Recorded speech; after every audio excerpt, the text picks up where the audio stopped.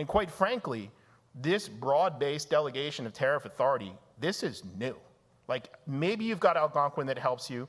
There's another case that was from the predecessor to the Federal Circuit called Yoshida. That has a lot of problems too. But even in that case, the court said this is not carte blanche for the president to do whatever tariffs he wants. Even in that case, which is quite generous to the tariff power.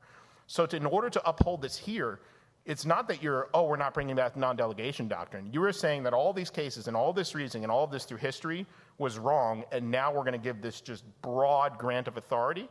And I will submit, think about how this can be abused. This is a more practical argument than a legal argument, but imagine a Democratic president declares a green climate emergency, right, and puts 500% tariffs, and everything that brings carbon into the United States or leads to carbon.